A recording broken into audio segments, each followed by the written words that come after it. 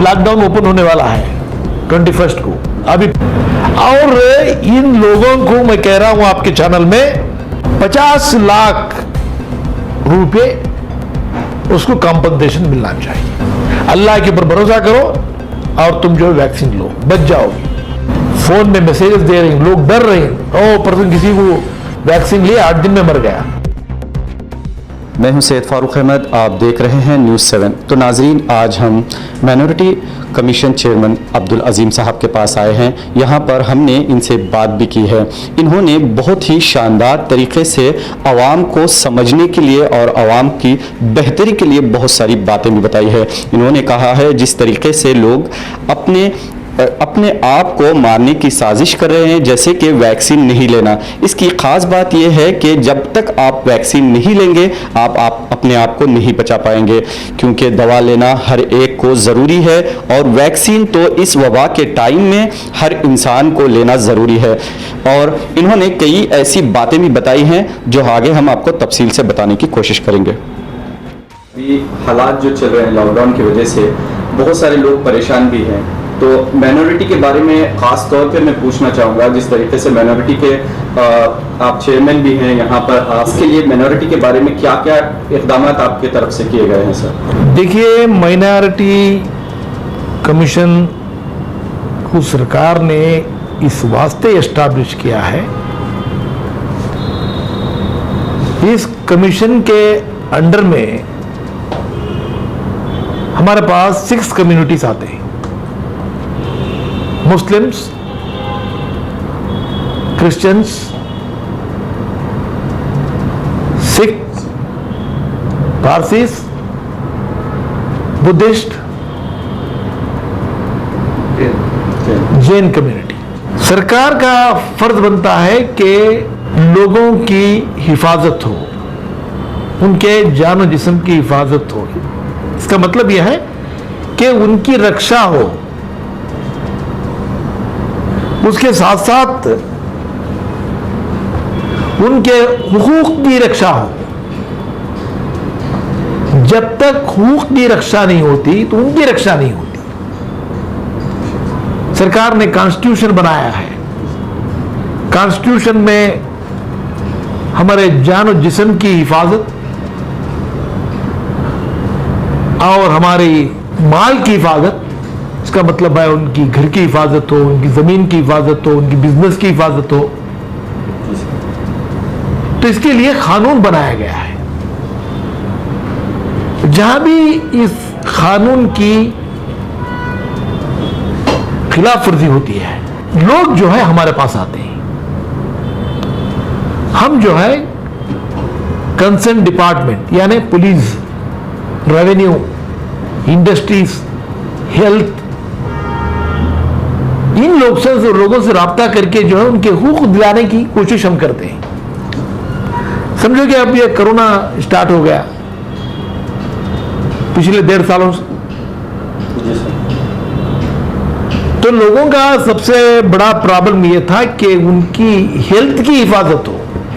जैसे बीमारी आई, लोग हॉस्पिटल की तरफ रुजू हुए, डॉक्टर्स की तरफ रुजू हुए।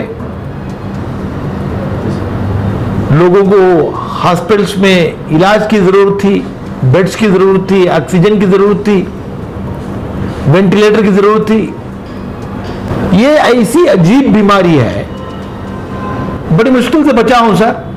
और थोड़े कंप्लेंट ऐसे आते थे, स्ट्रैंगुलेशन से मुझे मार दिया, गले को दबा के मार दिया। ये बीमारी भी वही काम की, सबसे पहले लंग्स को अटैक की,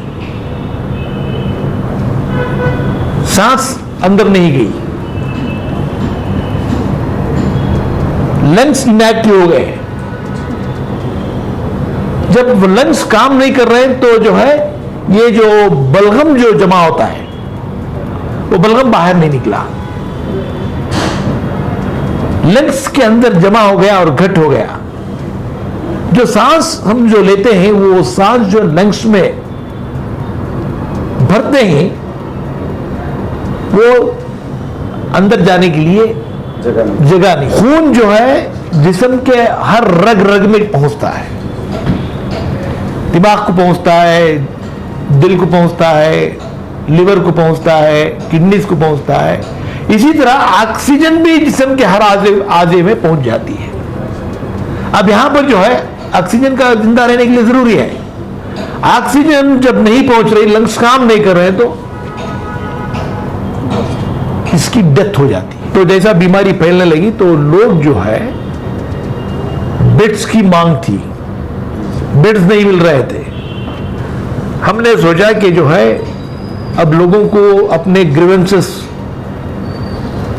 को बोलने के लिए हमारा भी एक इदारा है, तो हमने यहाँ पे फोन के ऊपर कंट्रोल रूम स्टार्ट किया और हमारे ऑफिस के सेक्रेटरी, हमारे ऑफिस के मेरे पीएस, उनके सारे नंबर जो है हम पेपर में शाया किए और जो भी आदमी को प्रॉब्लम होता है कांटेक्ट करता है। हम जो है उनका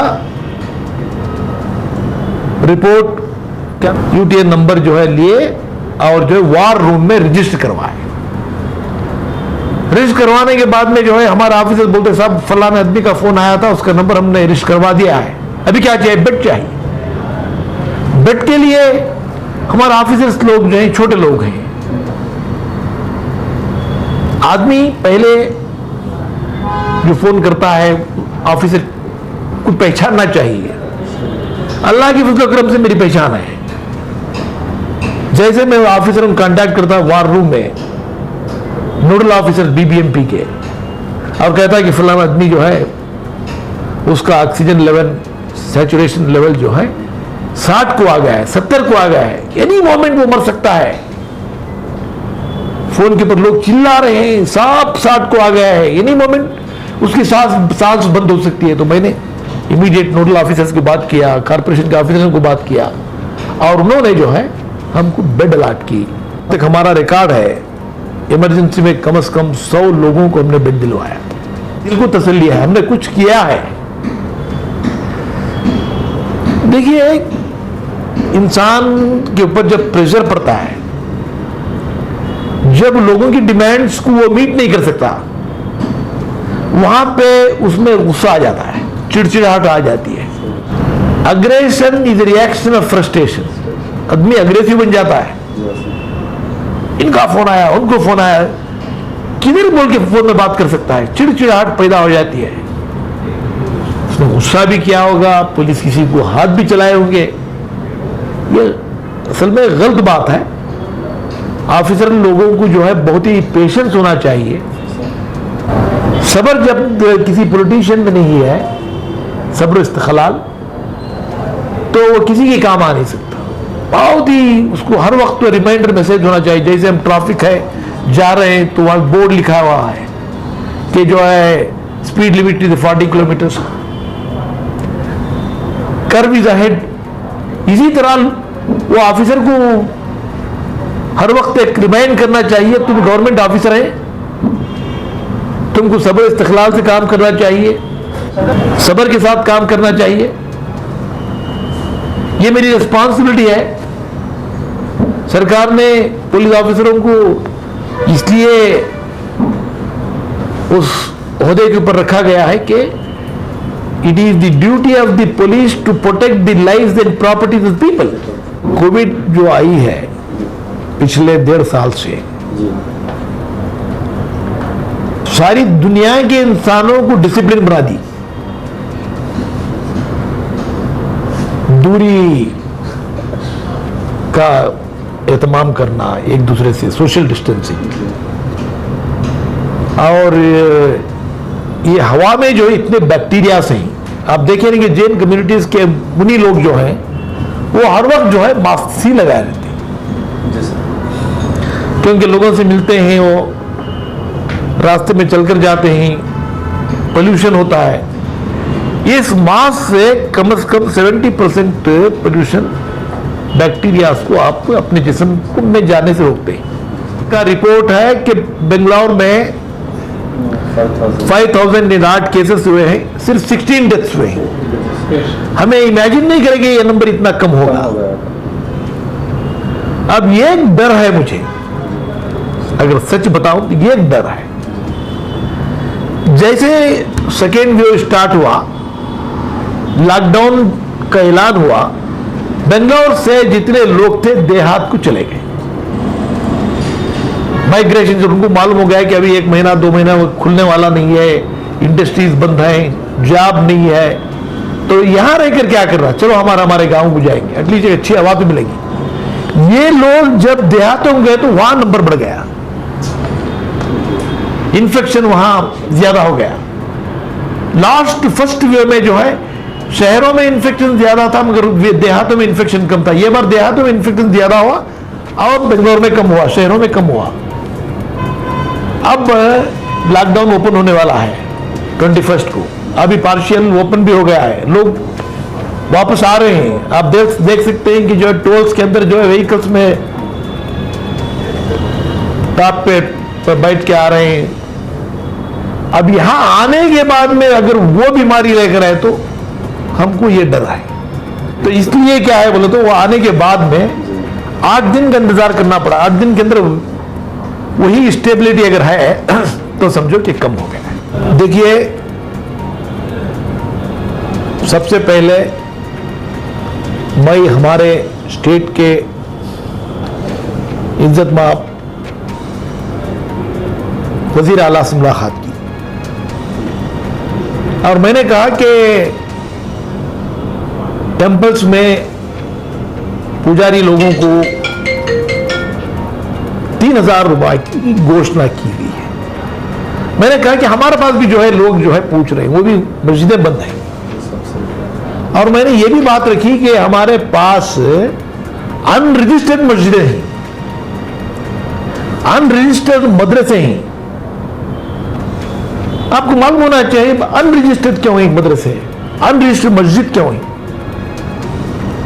किसी के दादा ने मस्जिद बनवाई, किसी के बाप ने मस्जिद बनवाई, पब्लिक प्लेस है, वो कोई भी मस्जिद के अंदर जा सकता है, मगर वहां का जो एडमिनिस्ट्रेशन है वो उनके पास ही रख लिए फैमिली के अंदर। रीजन ये है कि अगर वक्फ बोर्ड में एफिलिएशन कराएंगे, रजिस्टर कराएंगे तो अथॉरिटी चले जाएगी इनकी। ये समझते हैं कि हमारे बाप की मीरास है, हमारे दादा की मीरास है, तो हमारे पास एडमिनिस्ट्रेशन होना चाहिए, किसी का इंटरफेरेंस नहीं होना चाहिए।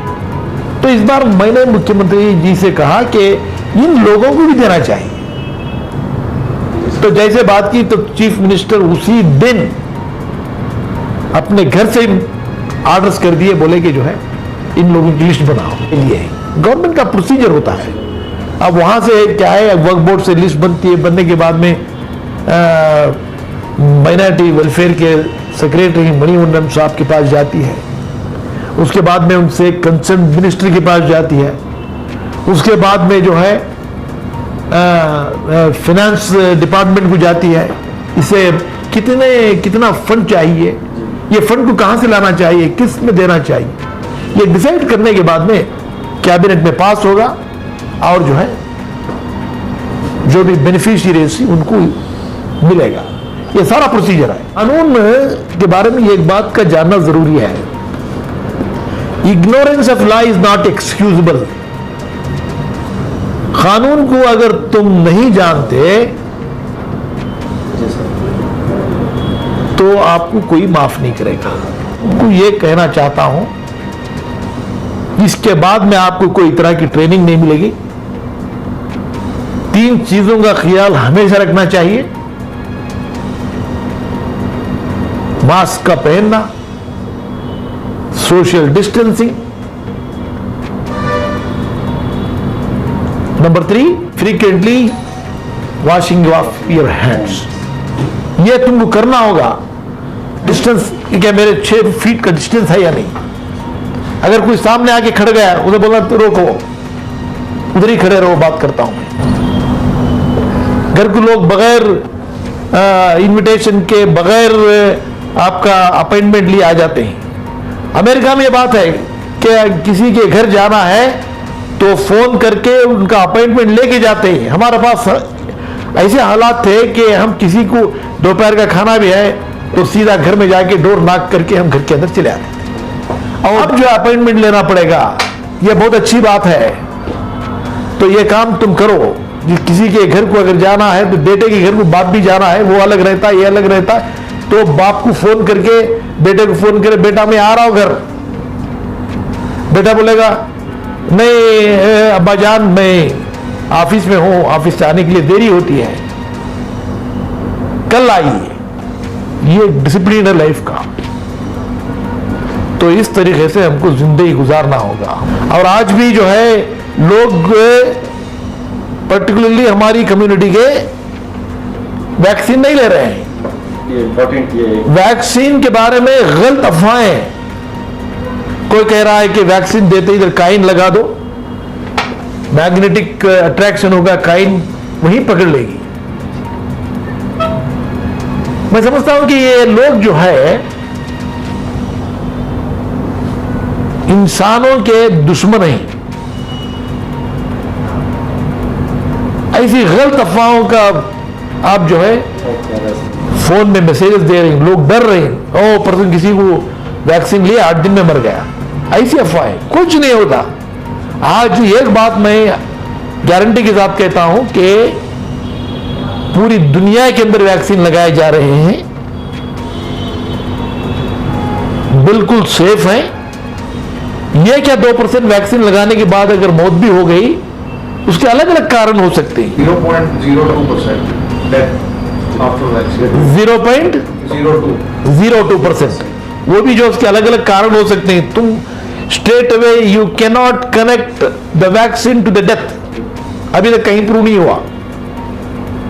पहले इंसान के जिस्म में 1 से 10 बीमारियां होते हैं। ये मेरा आजिजाना इल्तिमास है हमारी कौम के लोगों से, आप इन अफवाहों में ना आइए। ऐसे रूमर्स को आप कान देने की जरूरत नहीं। अल्लाह के ऊपर भरोसा करो और तुम जो वैक्सीन लो, बच जाओगे। बहुत से ज्यादा फिक्र में मर जा रहा है। क्यों मर जाता है? सोचता है कि बेटी की शादी थी, मुझे उसकी तैयारी करना था, बच्चे को ये बार पीयूसी का एग्जाम दिलाना था, उसको मैं डॉक्टर बनाना चाहता था, इंजीनियर बनाना चाहता था। ये फिक्र में लोग मर जा रहे हैं। मेरा पर्सनल एक ओपिनियन है, इंशाअल्लाह मैं सरकार के सामने रखूंगा। कोरोना के वास्ते स्पेशली इंश्योरेंस पॉलिसी आना चाहिए सरकार की तरफ से या किसी और बड़े इंडस्ट्रिस्ट की तरफ से और एक बड़ी एजेंसी की तरफ से। कम से कम 50 लाख रुपए उसको कंपनसेशन मिलना चाहिए अगर किसी की डेथ हुई। आसमान की तरफ से बीमारी उतरी है, लोगों को कसूरवार ठहरा नहीं सकते आप। जब लोगों को कसूरवार नहीं ठहरा सकते तो जो पूरी जिम्मेदारी सरकार को लेना होगा। 50 लाख का इंश्योरेंस घोषित करना होगा, जो भी मरेगा। जैसे 50 लाख का इंश्योरेंस आएगा बोल के जब यकीन होगा बीमार को, तो वो पीसफुल मर जाएगा। चलो अभी 50 लाख तो आएंगे, मेरे उसमें बेटी की शादी हो जाएगी, बच्चा डॉक्टरी भी कर सकता है, इंजीनियरिंग बन सकता है, मेरी फैमिली के लिए कोई तरह का प्रॉब्लम नहीं होगा। सरकार ने इसका बंदोबस्त किया है। और इन लोगों को मैं कह रहा हूं आपके चैनल में, जो भी इस बीमारी में मरेगा उसको शहीद का मर्तबा देना चाहिए, क्योंकि इसकी नेग्लिजेंस यहां नहीं है।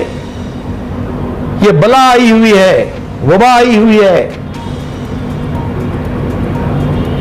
और एटलीस्ट उसकी फैमिली में मरने के बाद में नेक्स्ट जो सक्सेसर बनेगा, बेटा हो या बेटी हो, उसके लिए गवर्नमेंट में जॉब की रिजर्वेशन पॉलिसी भी बनना चाहिए। The life is the property of the nation.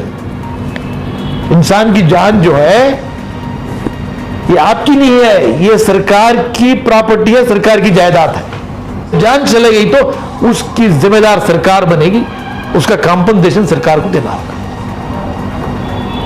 अब तक ये काम होना चाहिए था हमारे पास, इसीलिए कहा कि उसको शहीद कहना चाहिए। लोगों को वैक्सीन लगाना चाहिए, वैक्सीन की बिल्कुल जरूरत है। ये जो रूमर्स जो हैं, अफवाहें जो उठा रहे हैं, ये बिल्कुल गलत है। ये इंसानियत के खिलाफ ये काम हो रहा है, ये इंसानी दुश्मन है ये लोग। आपके लिए कुछ नहीं होगा अल्लाह के भरोसे। तो जो है दवा लेना, अल्लाह के रसूल सल्लल्लाहु अलैहि वसल्लम ने फरमाया कि दवा और दुआ दोनों होनी चाहिए। लुकमान हकीम कौन थे? अल्लाह ने इंसान को पैदा करने के बाद में सबसे पहला काम जो है इंसान को जिंदा रखने के लिए अगर कोई बीमारी आई तो उसका इलाज भी बताया है। लुकमान हकीम को जो है जब रास्ते में चलकर जा रहे थे तो हर पौधा, हर पत्ता कह रहा था कि मैं इस काम आऊंगा, इस काम आऊंगा, इस काम आऊंगा। बुखार के लिए मैं काम आऊंगा, सर्दी के लिए मैं आऊंगा, जैंडिस के लिए मैं आऊंगा। तो अल्लाह ने पूरा इंतजाम कर रखा है। तो जो है अक्ल सलीम को इस्तेमाल करो, ये जानने की कोशिश करो और अपने आप को सेहतमंद रखो। तुम्हारी जिम्मेदारियां हैं, तुम्हारे बच्चों के लिए जीना है, तुम्हारे बीवी के लिए जीना है, अच्छे बड़े बड़े लीडर्स हैं उनको कौम के लिए जीना है, चंद लीडरों को मुल्क के लिए जीना है। इतनी बड़ी जिम्मेदारी हमारे ऊपर है। मरना ये आसान है, ये काम करो। अल्लाह ने तुमको लीडरशिप दी है, अल्लाह ने आपको डॉक्टर बनाया है, तुम कई बीमारों का इलाज करना होगा, ये जिम्मेदारी आपके ऊपर है। तो जो है अगर सच्चे मुसलमान हैं तो आप इलाज करवाइए, अक्ल सलीम का इस्तेमाल करो, अपने आप को बचाकर अपनी जिम्मेदारियां पूरी करो। तो दीन के ऊपर चलो, दुनिया में भी कामयाब रहोगे, आखिरत में भी कामयाब रहोगे। इधर यहां भी दुनिया में भी जन्नत में महलों अच्छी जिंदगी मिलेगी, वहां आखिरत में भी आपको जन्नत नसीब होगी। इस तरीके का काम करो, ये मेरी गुजारिश है।